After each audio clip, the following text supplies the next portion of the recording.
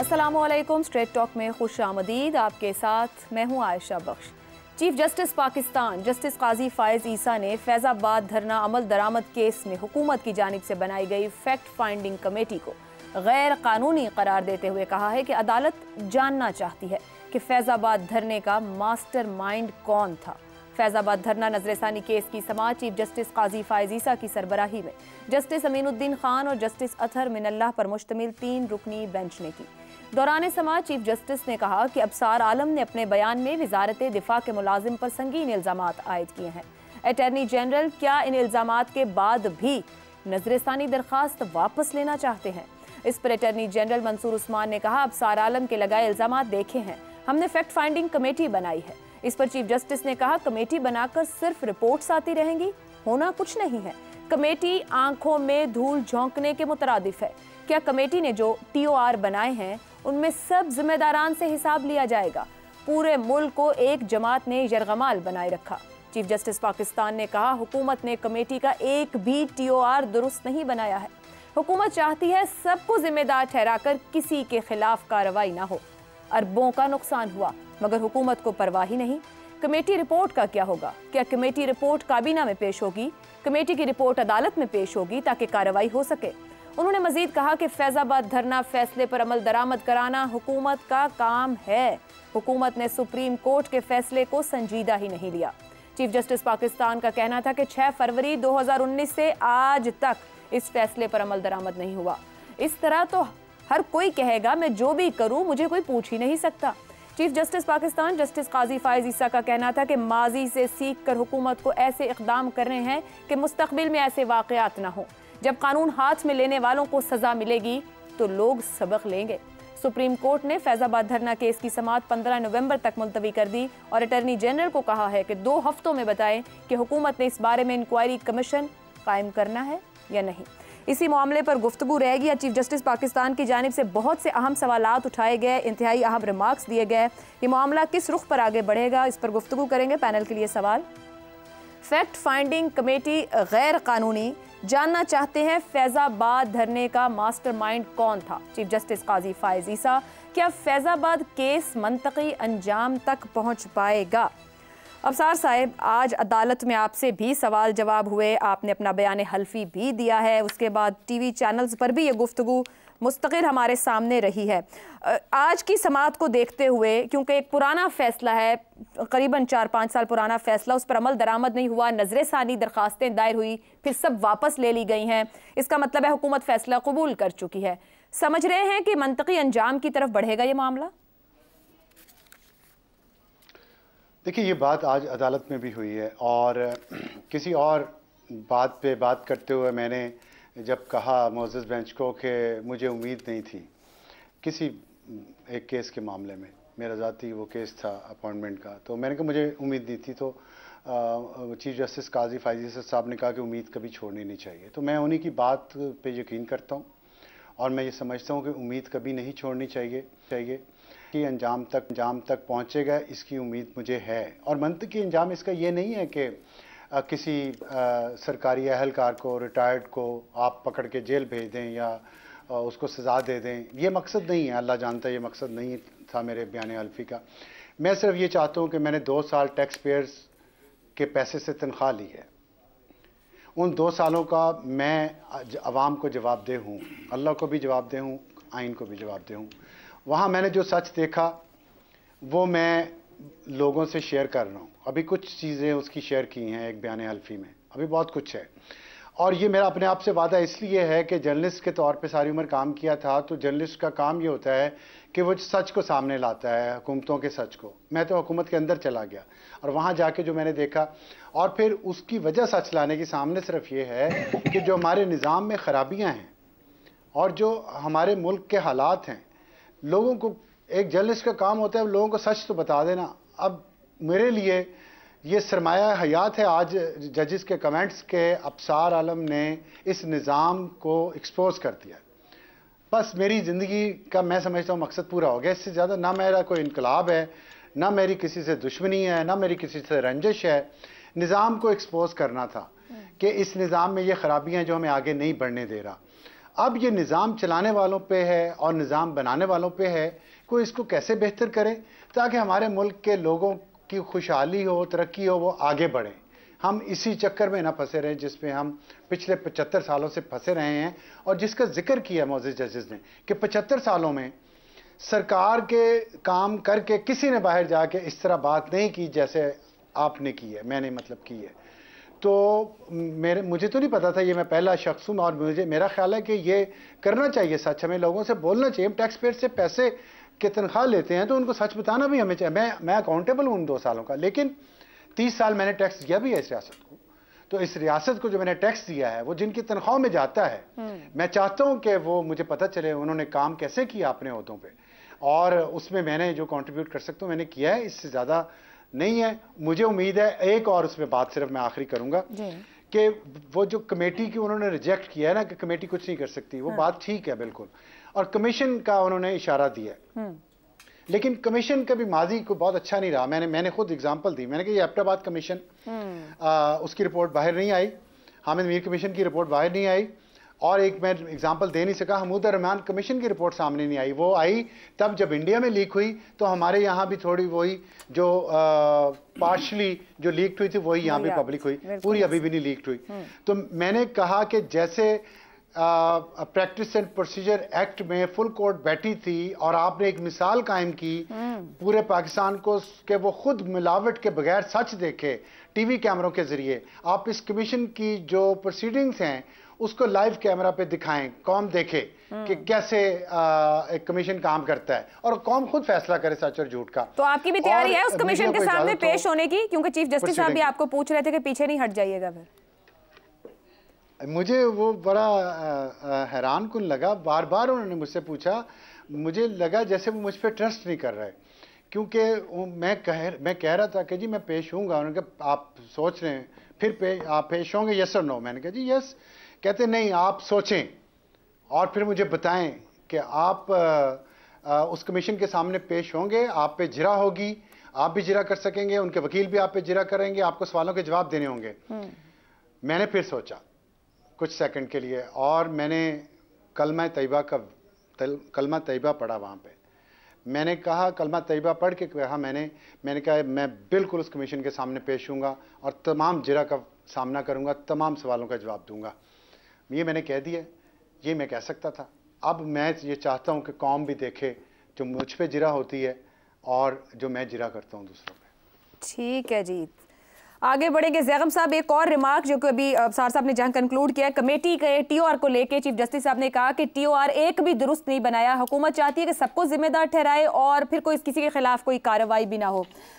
फिर कमीशन का भी कहा गया जो कि अटर्नी जनरल की तरफ से कि वक्त दें, तो मैं हुकूमत से कहता हूं कि हम कमीशन के क़याम की तरफ बढ़ें, और उनको इसका मौका दिया गया 2 हफ्ते का वक्त। मगर सवाल ये अहम है, ये कमेटियां कमीशन हमारे यहाँ एक मजाक भी बन जाता है, नताइज सामने नहीं आते, जिम्मेदारान किसी को ठहराया नहीं जाता, किसी के लिए सजा का तयन नहीं होता है। सजा का तयन हो कम अज़ कम पब्लिक के सामने ही रख दिया जाए कि ये मामला इस वजह से बिगड़ा, फलां लोग कसूरवार थे। आपको लगता है कि कोई ऐसा कमीशन बन पाएगा इस मामले को लेके जिसके बाद हम किसी नतीजे पे भी पहुंच पाएंगे? ये कमेटियां और कमीशन बहुत सोच समझ के बनाए जाते हैं और इनका मकसद होता है, और वो मकसद हासिल किया जाता है, और मकसद यही होता है कि उस मामले को डिफ्यूज़ किया जाए। इस बार अफसार साहब के साथ हम सबको, मुझे बहुत उम्मीद है। देखिए, पाकिस्तान की तारीख़ के 3 जुर्म ऐसे हैं इस मुल्क के ख़िलाफ़ जिनको तारीख़ कभी माफ़ नहीं करेगी। सबसे पहले हमारी अशराफिया का वो सलूक जो मशरक़ी पाकिस्तान के अवाम से किया गया, जिसके नतीजे में ये मुल्क टूटा। दूसरे नंबर पे ज़ियाउल हक़ की लगाई हुई वो आग जिसने 2 नस्लों को जला डाला। लाखों लोग नशे की मौत मर गए, हज़ारों क्लाशंकोव की मौत मर गए, और अभी तक वो नहुसत ख़त्म नहीं हुई। और तीसरा मैं समझता हूँ इस धरने की, फैज़ाबाद धरने में लगाई हुई वो आग जो कभी सियालकोट में भड़क उठती है, कभी जड़ांवाला में भड़क उठती है, और इसको भी हमारी नस्लों ने भुगतना है। 2 का हिसाब तो अब यौम आखिरत में होगा। एक ये मामला ऐसा है जिसके हिसाब की हमें उम्मीद है और जिसके हिसाब पर इन कमेटियों और इन कमीशंस के हवाले से आज हम बात कर रहे हैं। ये जो धरने के फैज़ाबाद धरने के 20 दिन थे, ये पाकिस्तान की तारीख के तारीख तरीन दिन थे। इस धरने में सिर्फ जमहूरियत को टिकटिकी पर नहीं चढ़ाया गया,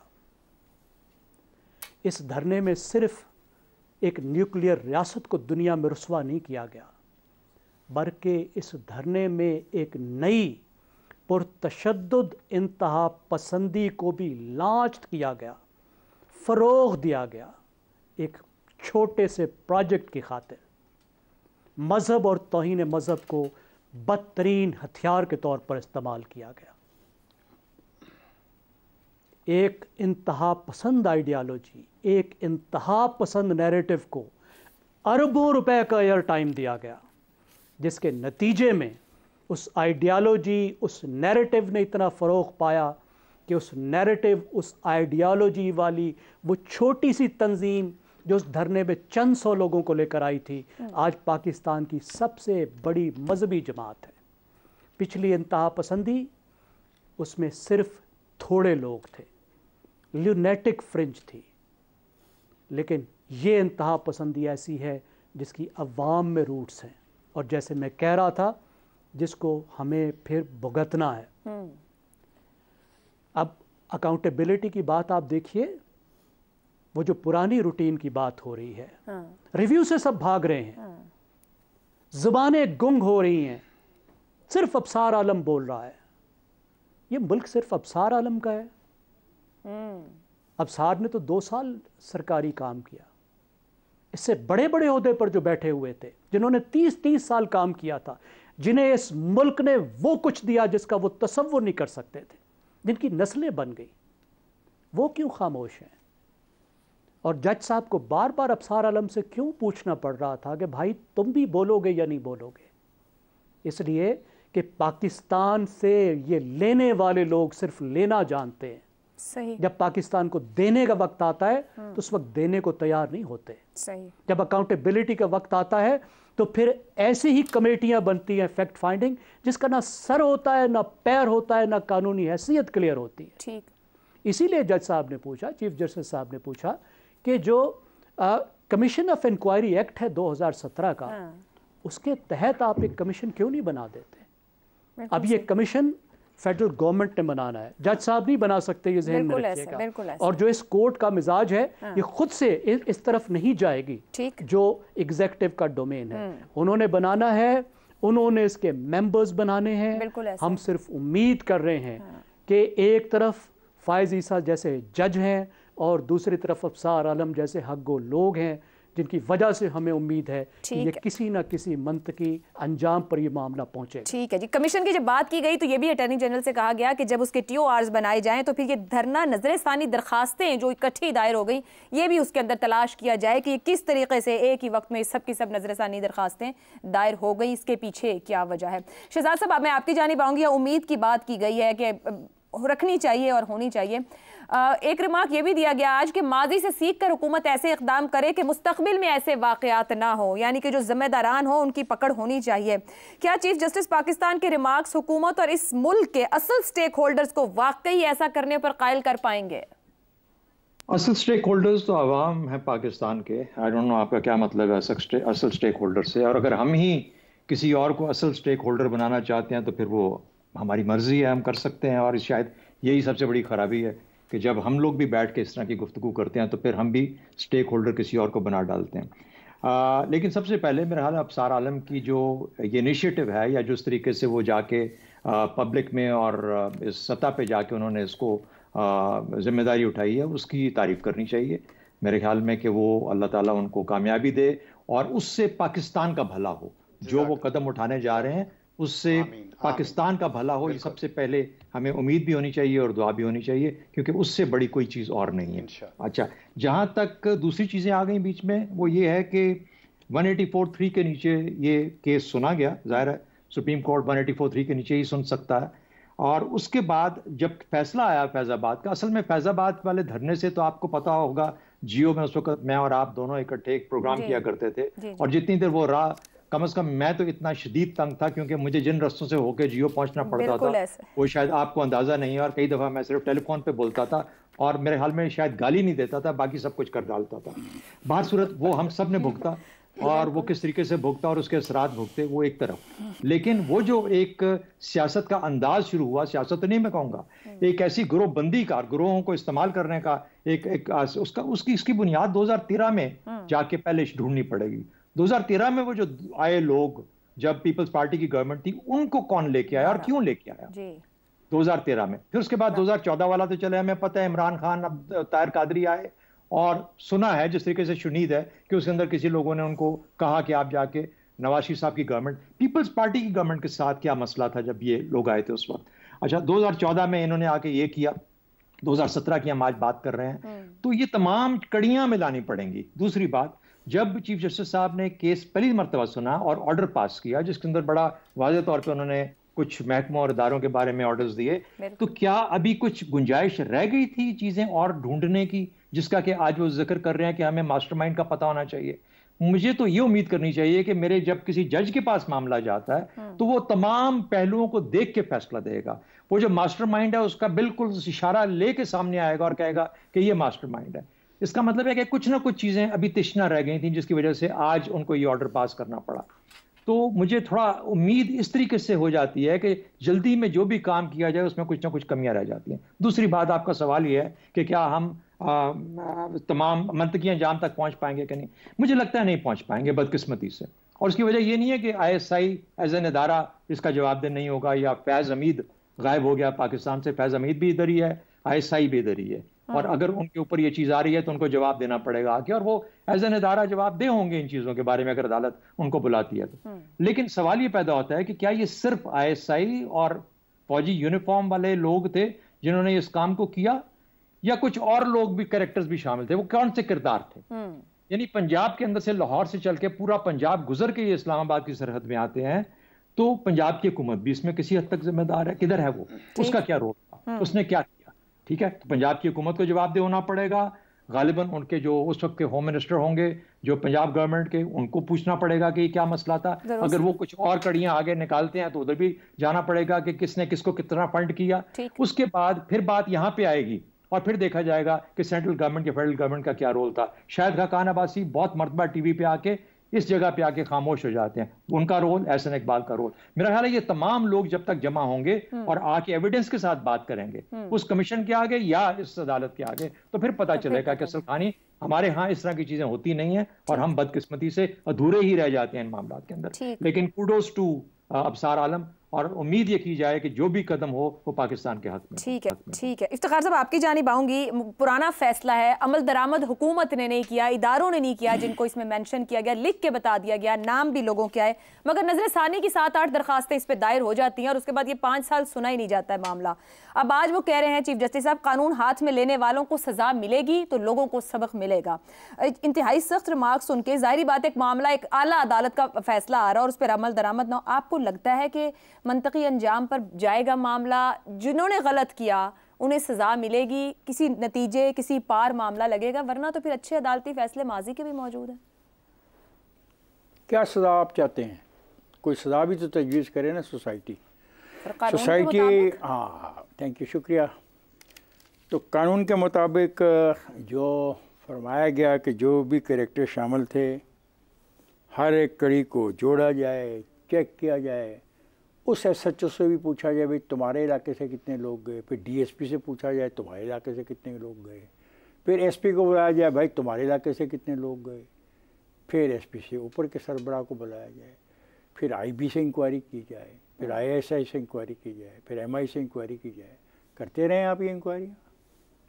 आपने कानून की बात की ना, मैंने पूछा कि क्या सज़ा होगी, तो आपने कहा कानून के मुताबिक होगी।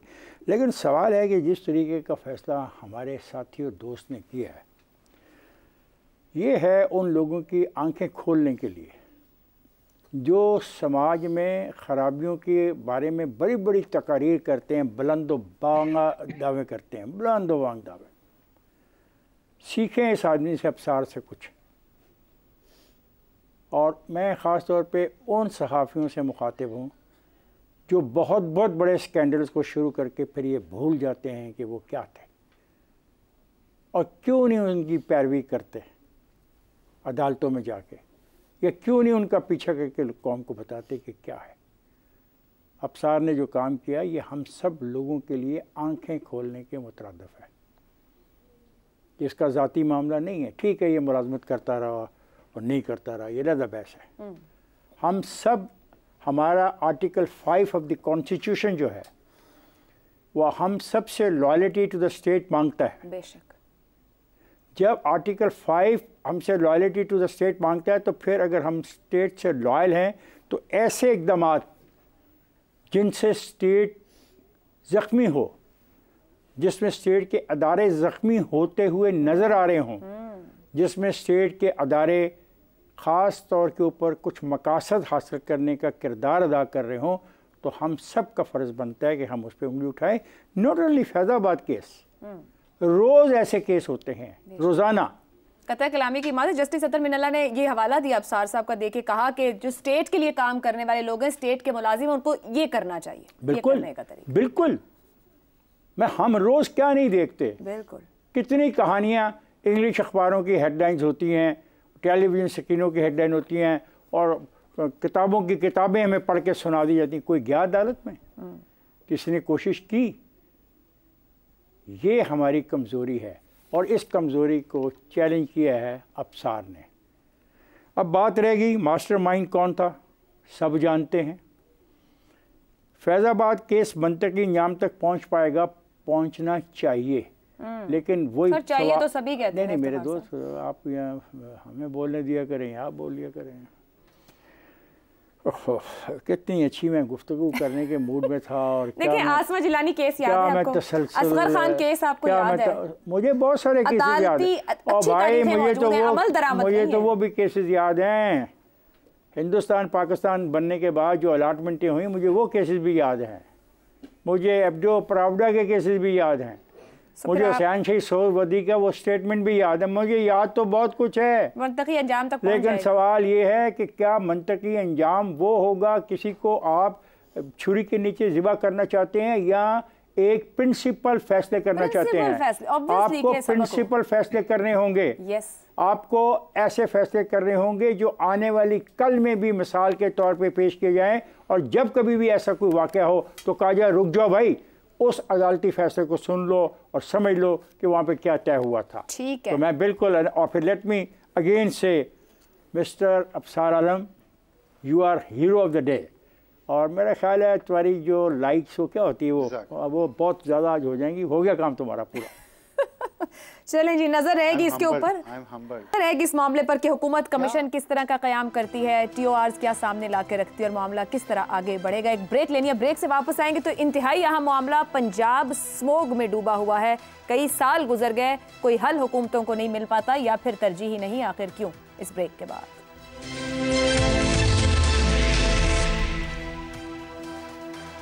स्ट्रेट टॉक में एक बार फिर खुशामदीद। स्मोक को पंजाब में डेरे जमाए 1 महीने से ज्यादा होने को आया। मुतासिरा मरीजों की तादाद बढ़ी तो बिलाखिर हुकूमत को इस पर काम करना याद आ गया। सूबाई काबीना के तवील इजलास के बाद आज से पंजाब भर में 1 माह के लिए स्मोक एमरजेंसी नाफिज कर दी गई है। इसके तहत 1 माह तक स्कूलों में मास्क का इस्तेमाल लाजमी करार दिया गया है। धुआं छोड़ने वाली तमाम ट्रांसपोर्ट के खिलाफ कार्रवाई का हुक्म भी दिया गया है, जबकि किसानों के लिए हिदायत जारी की गई हैं कि फसलों की बाक़ियात को न जलाएं। दौरान इजलास माहिरीन माहौलियात ने स्मोक से बचाव के लिए एहतियाती तदाबीर पर भी ब्रीफिंग दी। दूसरी जानिब PDM में पंजाब ने भी स्मोक को आफत करार दे दिया है। सूबाई हुकूमत को खत लिखकर स्मोक का सबब बनने वाली तमाम वजूहात के तदारुक की हिदायत की गई है। आज सुबह लाहौर हाई कोर्ट ने इस मामले पर कमिश्नर लाहौर की सरजनिश करते हुए लाहौर में स्मोक एमरजेंसी नाफिज करने का हुक्म दिया था। हुकूमती दावों के बावजूद साल 2014-15 में शुरू होने वाली कहानी खत्म होने को नहीं आ रही। जहरीली गैसों से भरपूर स्मोग अब लाहौर शहर का 5वां बड़ा मौसम है। सुबह सवेरे ही शहर की फिजा में कसाफतों से भरी धुंध की चादर तन जाती है और सूरज की रोशनी छन छन कर ही आती है। माहिरीन माहौलियात के मुताबिक स्मोक की वजह भट्टों की चिमनियों से निकलने वाला धुआं, धान की फसल जलाने से पैदा होने वाली आलूदगी, भारतीय पंजाब से आने वाला धुआं और ट्रांसपोर्ट का धुआं भी शामिल है। भट्टों और फसल जलाने वालों के खिलाफ कार्रवाई के बावजूद भी वस्त अक्टूबर से सुबह और रात को स्मोक का राज ही रहता है। महकमा मौसमियात के मुताबिक आइंदा हफ्ते में स्मोक बदतर से खौफनाक सूरत हाल में तब्दील हो जाएगी। एयर क्वालिटी लाइफ इंडेक्स की हालिया रिपोर्ट के मुताबिक पाकिस्तान में फ़ज़ाई आलूदगी में इजाफे से शहरियों की औसत उम्र 4 साल कम हो रही है। माहिरीन माहौलियात से जब हुकूमती पॉलिसीज़ यानी हर साल तालीमी इदारे बंद करना, पानी का छिड़काव करना जैसे इक़दामात से मुतालिक बात की गई तो उन्होंने हुकूमती पॉलिसियों को महज पैनिक पॉलिसीज़ करार दिया। कहना था कि हुकूमत को ये समझने की ज़रूरत है कि माहौलियात से जुड़े मसाइल को हल करने के लिए दुरुस्त डेटा, मनसूबाबंदी और तसलसल से अमल दरामद की ज़रूरत होती है। मगर बदकिस्मती से कोई भी हुकूमत वक्त रहते इस बढ़ते फ़ज़ाई मसले पर काम नहीं करती। यही वजह है कि हम बदकिस्मती से हर साल इससे मुतासर होते हैं। इसी पर गुफ्तगू करेंगे कि आखिर कोई हल क्यों नहीं निकाल पाए। पैनल के लिए सवाल, बढ़ती स्मोक, पंजाब भर में स्मोक इमरजेंसी नाफिज, 8 साल से वबाल, अब तक इस मसले से निपटने का कोई मुस्तकिल हल तलाश क्यों ना किया जा सका? जी इफ्तिखार साहब, कोई हल है या इसका कोई हल है ही नहीं? इसका हल है। बढ़ती स्मोक जो है ना, ये एक बड़ा जुर्म है। जिस तरह आपने कहा कि इंसानों की ज़िंदगी को कम कर रही है, ये आपने मुझे बताया।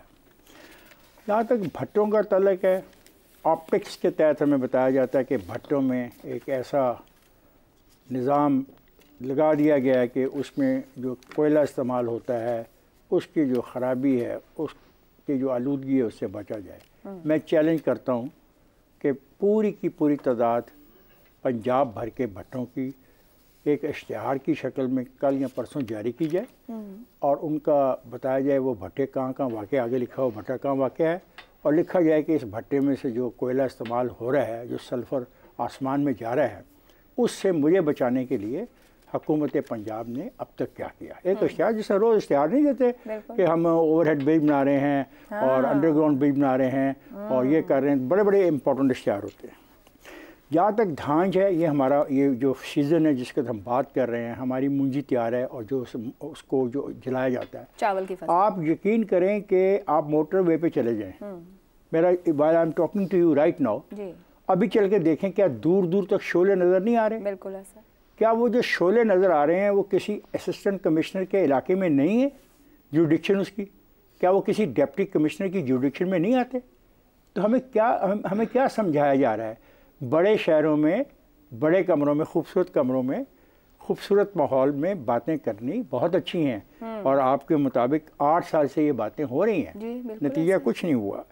ट्रांसपोर्ट, पूरे पंजाब में ऐसी ट्रांसपोर्ट सड़कों पे चल रही है जो ट्रांसपोर्ट का जो कानून है उसके ताबे, उसके तहत वो ट्रांसपोर्ट है ही नहीं सिरे से।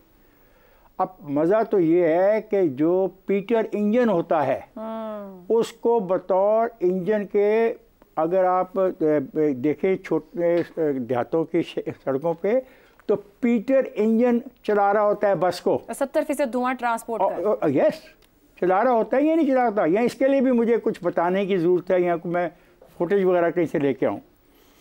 मनसूबाबंदी की ये पोजीशन है कि गाड़ियाँ बड़े शहरों में बढ़ रही हैं। एक गाड़ी के मुकाबले में कम अज़ कम 10 दरख्त कानूनी तौर पे लगवाए जाने चाहिए या लगाने चाहिए। मसलन आप मुझसे पैसे लेते हो टैक्स के, टोकन टैक्स, उस टोकन टैक्स के में से ख़ास मद जो है वो सिर्फ इस मकसद के लिए इस्तेमाल की जाए कि इससे प्लांटेशन होगी।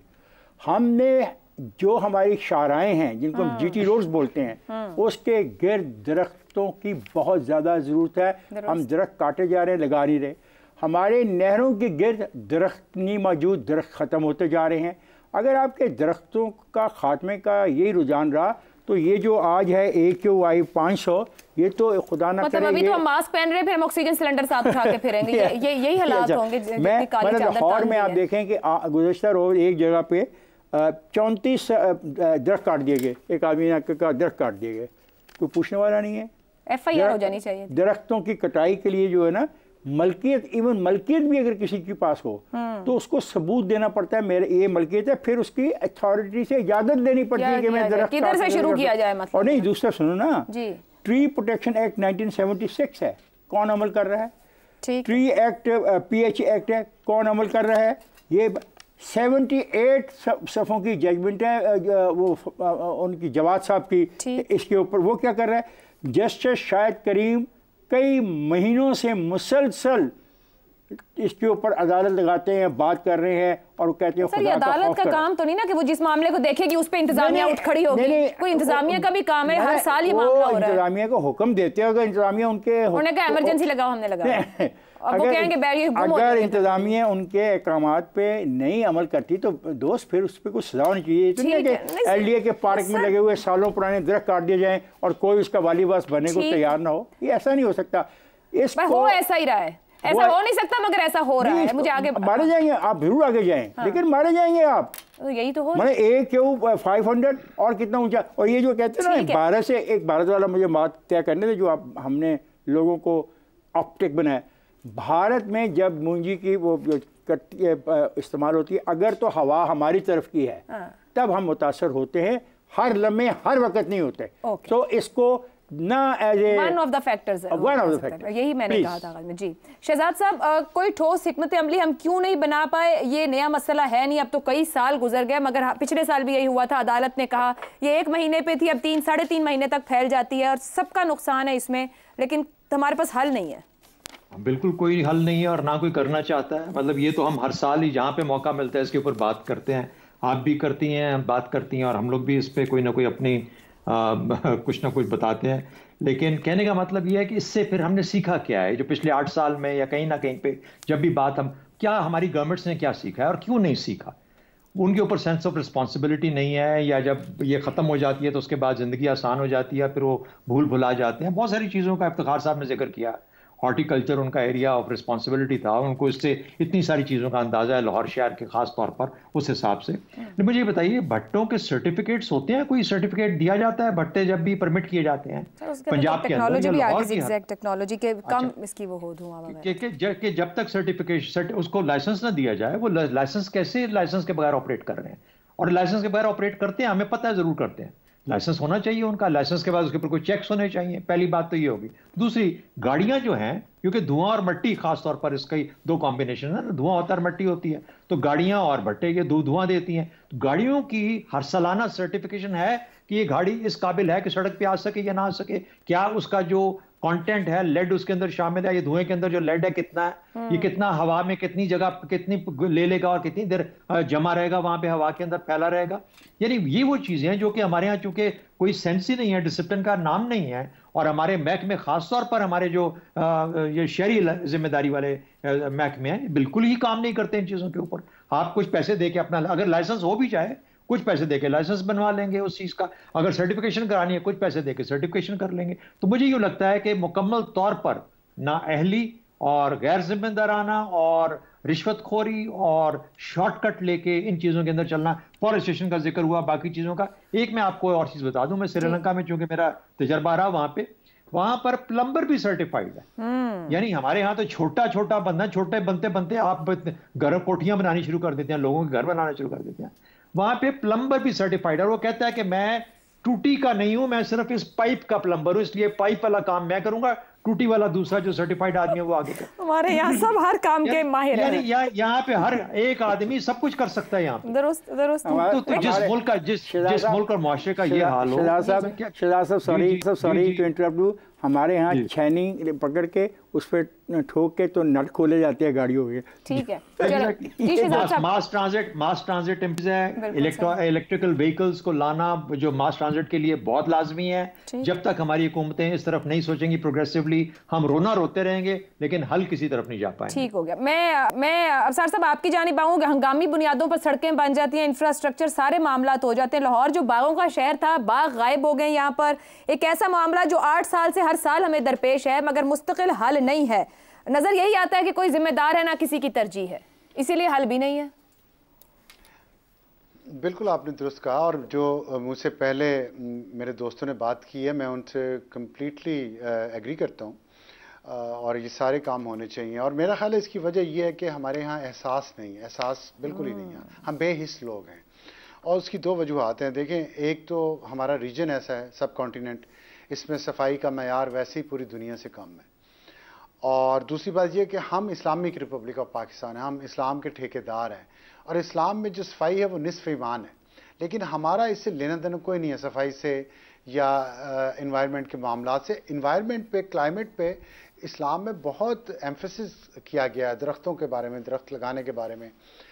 तो अभी जो शहजाद चौधरी साहब श्रीलंका का जिक्र कर रहे थे, वहाँ पे एम्बेसडर भी रह चुके हैं, इसलिए मुझे इंडोर्स करेंगे। मैं पहली दफ़ा जब श्रीलंका गया ना, तो मैं इस परसेप्शन के साथ गया कि ये हमारे जैसा ही सब कॉन्टिनेंट के जैसे गंदे से मुल्क होते हैं ना, वैसे ही मुल्क होगा। लेकिन मैं वहाँ जब गया तो दो चीज़ों में मैंने फ़र्क महसूस किया। एक तो जहाज़ जिसमें मैं गया उसमें सारे गोरे थे, सिवाय 2, 4, 10 श्रीलंकन जो अपने मुल्क वापस आ रहे थे। तो इससे जाहिर हुआ कि वहाँ देखें टूरिज़्म कितना है। और यही की है किसी मुल्क को जज करने की कि वो अपने सिस्टम्स को कैसे चला रहा है। वहाँ टूरिज़्म बहुत स्ट्रांग है। और वहाँ मैं गया हूँ ना, तो वहाँ मैंने, आप यकीन, शायद मैं एग्जैजरेट कर रहा हूँ, लेकिन फर्स्ट वर्ल्ड जैसी मैंने वहाँ सफाई देखी है। मतलब थर्ड वर्ल्ड ही है ना वो, बहुत उनके पास पैसा नहीं है, लेकिन सफाई के मामले में आप ये देखते कहते ये साफ सुथरे लोग हैं, साफ सुथरी सड़कें, मतलब बहुत ग्रैंड वहाँ पे बिल्डिंग है, आपको ग्रैंडर नहीं नजर आएगा, लेकिन सफाई बहुत अच्छी नजर आएगी। सही। तो वो जो था ना, मेरे लिए शौक था। मैंने कहा यार ये भी तो सब कॉन्टिनेंट ही है ना, ये हमसे मुख्तलिफ कैसे हैं। इसकी वजह मुझे एक ही समझ आई है, एजुकेशन। उनकी जो तरबियत और तालीम है ना, वो उनका निज़ाम बहुत अच्छा है हमारे से, और हमारे यहाँ वो नहीं है। इसलिए बदकिस्मती से हमारे यहाँ जितनी बड़ी गाड़ी होगी उतना बड़ा शॉपिंग बैग गंद का भरा हुआ ना अपनी गाड़ी से बाहर सड़क पे फेंकते हैं। बिल्कुल सही कह रहे हैं। और यहाँ इस्लामाबाद में देख लें, मुख्तलिफ जगह आप यहाँ वॉक करने के लिए कोई ऐसा सेक्टर नहीं रह गया इस्लामाबाद में जहाँ से बदबू ना आती हो। पहले इस्लामाबाद में हर जगह वॉक कर सकते थे। सही। वो क्या करते हैं, कूड़ा घरों से लोग बाहर फेंकते हैं, इकट्ठा करके आग लगा देते हैं और धुआं फैल जाता है जी, मच्छरों को भगा रहे हैं। मच्छर पता नहीं भागते, अवाम बीमार हो जाते हैं। बिल्कुल ठीक। और ये स्मोक तो बहुत ज्यादा, ये तो हमारे यहाँ पूरा कौमी कल्चर ही जो है, कौमी कल्चर पे काम करने के लिए तो मतलब तालीम और सफाई से शुरू होगा तो कोई हल निकलेगा। मगर ज़ैगम साहब, यहाँ तो लोग बीमार होना शुरू हो गए, मसाइल इतने बढ़ जाते हैं कि स्कूल, बाजार, इदारे बंद करने पड़ जाते हैं हफ्ते में 2 से 3 दिन। मगर हम सीखने को राजी नहीं हैं कि कोई एहसास जिम्मेदारी होगी कि हल निकाला जाएगा, उसके मसले के आने से पहले उस पर काम शुरू कर लिया जाएगा।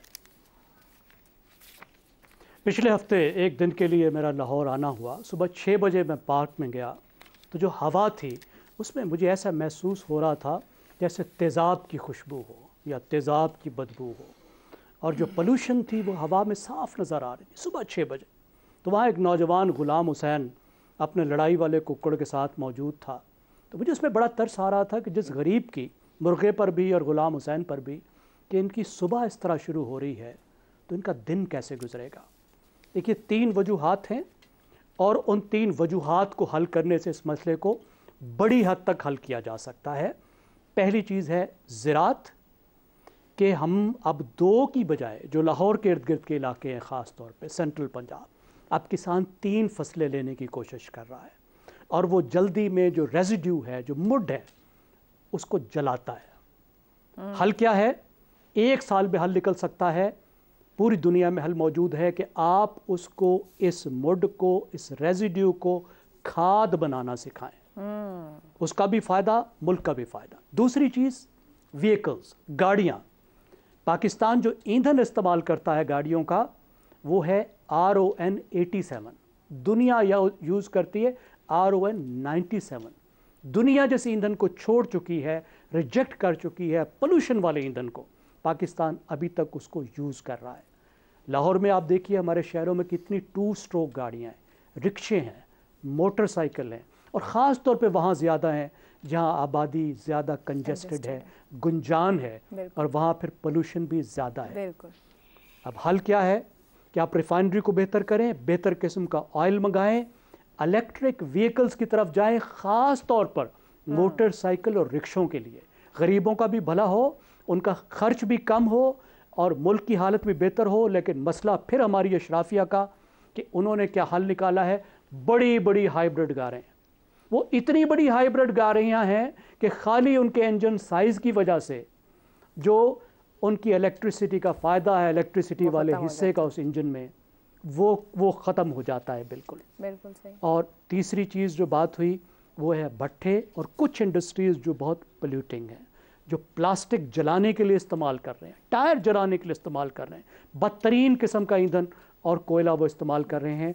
उनको रेगुलेट करना और उनकी मदद करना, कि वो अपग्रेड कर सकें, अपने आप को बेहतर कर सकें। खाली जूते मारना लोगों को तो हल नहीं है ना। बिल्कुल सही। तो एक बड़ा प्लान, एक बाकायदा इंटीग्रेटेड प्लान और इस तरह से आगे लेकर चलना, वरना जितने शहर हमारे फैल रहे हैं, हमने तो अपने शहरों को अपने लिए जहन्नम बना दी। ठीक है, ठीक हो गया। बड़ी ज़बरदस्त तजावीज़ जी। इफ्तिखार साहब मुख्तसर। मैं एक बात ये कहना चाहूँगा कि दरख्तों को शामिल किए बगैर शायद आप सब लोगों की ख्वाहिशात पूरी ना हो। ठीक है जी, ठीक हो गया जी। गुफ्तगू बड़े भरपूर अंदाज में सामने आई है, कहाँ कहाँ की ज़रूरत है। अगर ये तजावीज़ मौजूद भी हों, बात यह है कि इंतज़ामिया खुद कितनी मुस्तैद है इन तजावीज़ को लेकर, इनके ऊपर प्लान बनाकर एक तसलसल के साथ उसे अमल दरामद करने में। अगर आप 2 से 3 साल लगाएं, ये तमाम मसाइल हल हो सकते हैं, इससे पहले कि शहर और ज़्यादा फैल जाएँ और ये तजावीज़ भी किसी काम की न रहें। हुकूमतों को चाहिए कि पॉलिसीज़ बनाएँ और फिर तसलसल से अमल दरामद की जानिब बढ़ें। चारों मेहमानों का शुक्रिया, इजाज़त दीजिए, अल्लाह हाफ़िज़।